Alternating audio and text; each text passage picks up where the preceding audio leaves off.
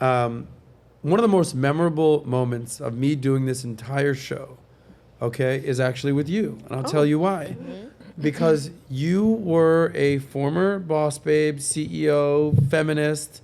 You said you shaved your head, the whole thing. Blue hair, green hair, pink hair. The whole thing, right? And I found that out in the first show that we did together. And then you had a realization, an epiphany. You've completely turned your life around. You focused on more your relationship.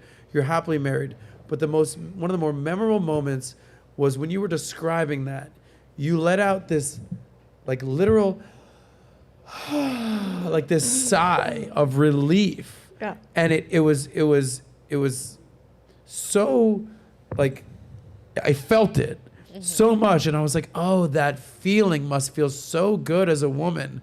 That sigh of relief where it's like, you're like, Jesus, take the wheel. Like, my man, take over. Yeah. What is that feeling like? What are your thoughts? I took the mask off. I took the mask of being this, literally what you explained was my life.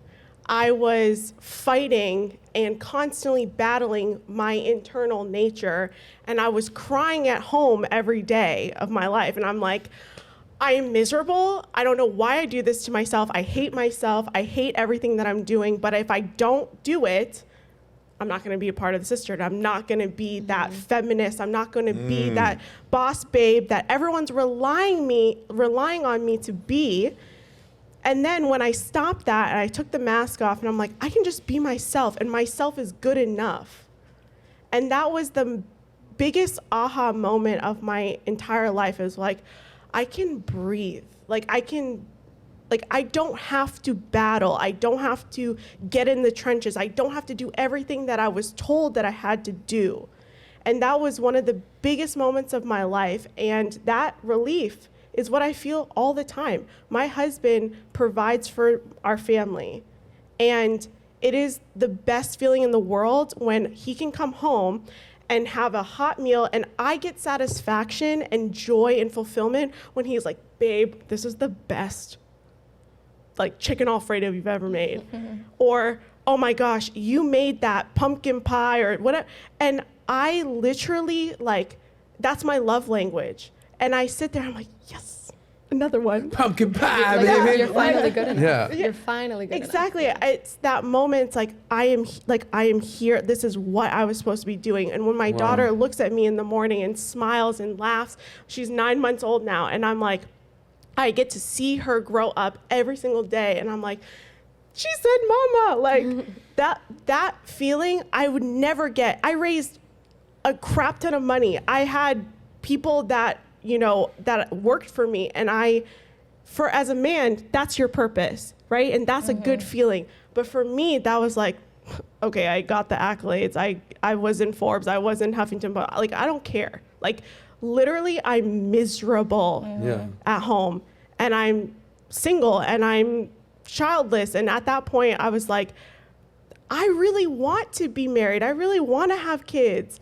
And it was a real big shift in my life. It's like, I've been telling everyone that I didn't want kids and that I was repulsed by children, that I was repulsed by marriage. And now I have to eat my words. And that was like that moment in my life. I'm like, shit. When was the changing point for you? Like, when did you realize? There was when was the shift? It was 28. Rollo talks about this all the time, the epiphany phase, that like build up, right? It's when you've experienced the world, you've lived in it, and it's like that, like going out. I think Nat was explaining, you go out, you have fun, you do all.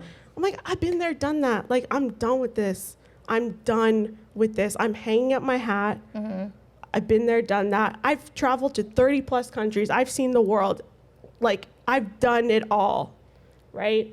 And it's like, the only thing that I want and desire is getting married and having children. And the best feeling in the world is waking up and knowing that I am secure, I am safe, I have tranquility, I don't have to worry about things the same way that I used to worry. Like, I used to worry about paying my rent all the time. Yeah, that's really stressful, I'm sure. Like, literally.